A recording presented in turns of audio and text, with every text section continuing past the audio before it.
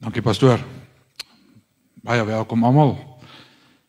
Man, ek wil bietjie net so ietsie met julle deel rakend jou fisiese kontak en geestelike kontak met die Here.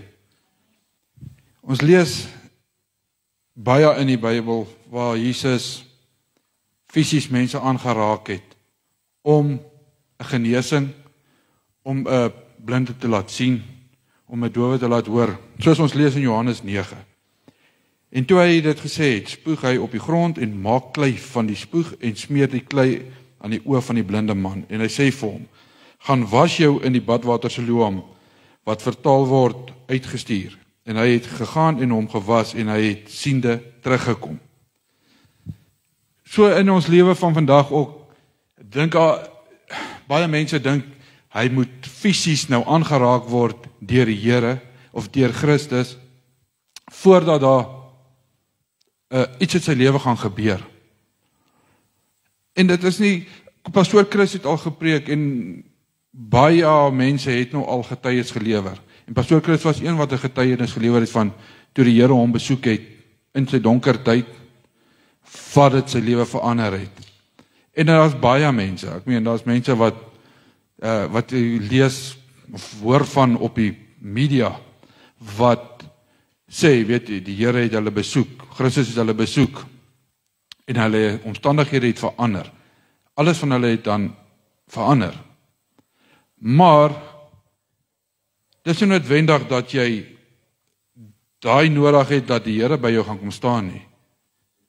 Jy moet dit in jou hê, wanneer jy tot Christus roep. Moet dit binne in jou wees, dat jy weet, daai konnektasie is daar. Want soos daai stukkie nou gestaan het, is jy 'n stukkie Matteus 9, vers 28. En nadat hy in die huis gegaan het, kom die blindes na hom toe. En Jesus sê vir hulle, glo julle dat ek dit kan doen? Hulle antwoord hom, ja Here. Toe raak hy hulle oë aan en sê, laat dit vir julle wees volgens julle geloof.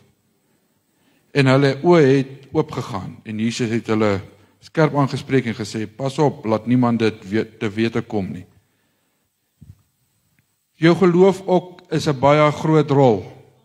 Want dit help nie, jy gaan glo, of jy gaan nou verwag, okay, jy bid tot die Here en die Here kom besoek jou nou vanaand. En jy glo nie daaraan nie. Is dit te vergeefs? Want dit het al gesê, en soos hierdie ouens wat die geloof gehad het, ek meen ons vat daai krepele wat deur die dak, wat sy vriende hom deur die dak laat sak het. Die Here het vir hom gesê, jy het die geloof gehad. Die Here het hom nie aangeraak eers nie. En hy het opgestaan en hy het geloop.